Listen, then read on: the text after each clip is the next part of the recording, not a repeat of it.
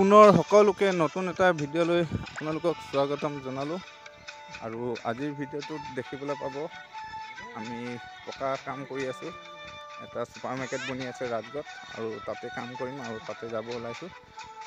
আপোনালোকে ভিডিঅ'টো চাব। ছুপাৰ মাৰ্কেটখন বনাওঁতে কিমান কষ্ট কৰি মানুহে বিল্ডিং ঘৰ বনায়, কিমান কষ্ট মেহনত কৰি কিনে বনায়। ঠিক তেনেকৈ আমিও বহুত কষ্টকৈ কাম কৰিব লাগিব, বহুত ৰিস্ক লৈ কিনে। আৰু গৈ আছোঁ, আহি পাই গ'লোঁ, উঠি আহিলোঁ ওপৰত। আৰু আজি ইঞ্জিনিয়াৰ অহা কথা আছিলে, আহিলে দেখোন আগতীয়াকৈ আহিলে। এওঁলোকে আহি কিনে চাই আছে, আৰু এওঁলোকে আহি কিনে আগতীয়াকৈ কাম লাগি আছে। আপোনালোকে দেখিছে ইয়াত ৰছীত টানি টানি বালি উঠাইছে, একদম তলৰ পৰা উঠোৱা হৈছে 5 মহলত। আৰু ইয়াত কিমান ৰিস্ক লৈ কিনে বাঁহৰ ওপৰত উঠি কিনে বাঁহ বান্ধি আছে।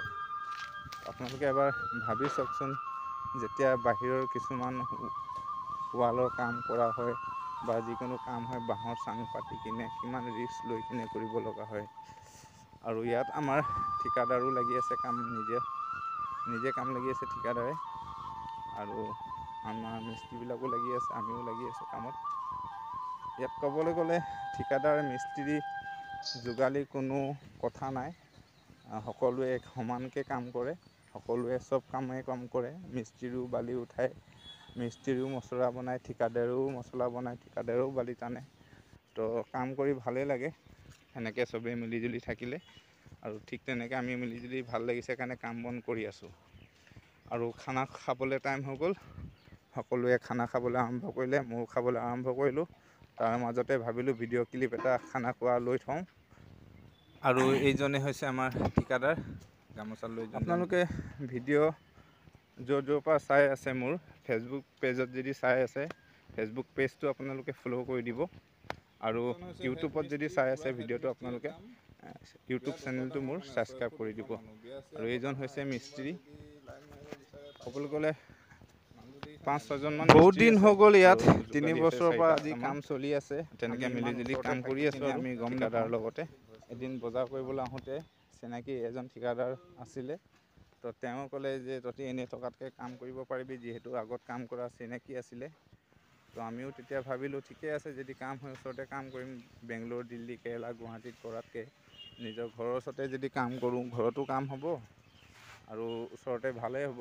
কাৰণ আজি বাহিৰত যদি কাম কৰিবলৈ যাওঁ, 12,000 দৰমহা পালে কি হ'ব, তাত 4,000-5,000 টকা খাওঁতেই গুচি যায়। তো সেইটো কাৰণে ঘৰৰ ওচৰতে যদি থাকি কিনে 10,000ও কমাওঁ ন, তেতিয়া সেইটো পইচাই বহুত বাচে বা ঘৰতো কাম হয়। আৰু এবাৰ ময়ো সেই বালি টানিব আৰম্ভ কৰিলোঁ। কিমান কষ্ট দেখিছে।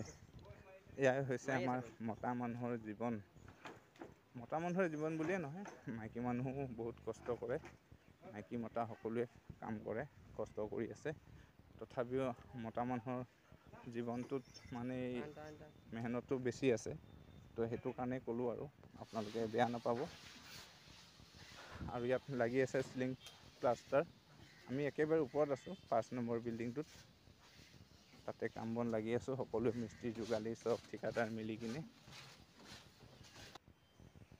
আৰু এইটো হৈছে একেবাৰে তলৰ ফ্ল'ৰ, গ্ৰাউণ্ড ফ্ল'ৰ। আৰু আমাৰ মিস্ত্ৰী যোগালী সকলোৰে বাইক আছে, বাইকেই লৈ আহে। আৰু এইখন হৈছে মোৰ বাইক, ইয়াতে ৰাখি থৈ দিছোঁ। ইয়াত সকলোৰে বাইক ৰাখি থৈ দিছে তলত।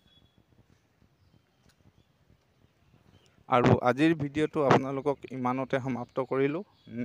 পুনৰ এটা নতুন ভিডিঅ'ত লগ পাম। আৰু আপোনালোকে মোৰ চেনেলটোত যোনসকল নতুনকৈ চাই আছে, ছাবস্ক্ৰাইব কৰি দিব, লাইক কমেণ্ট কৰিব। আজিলৈ বাই বাই।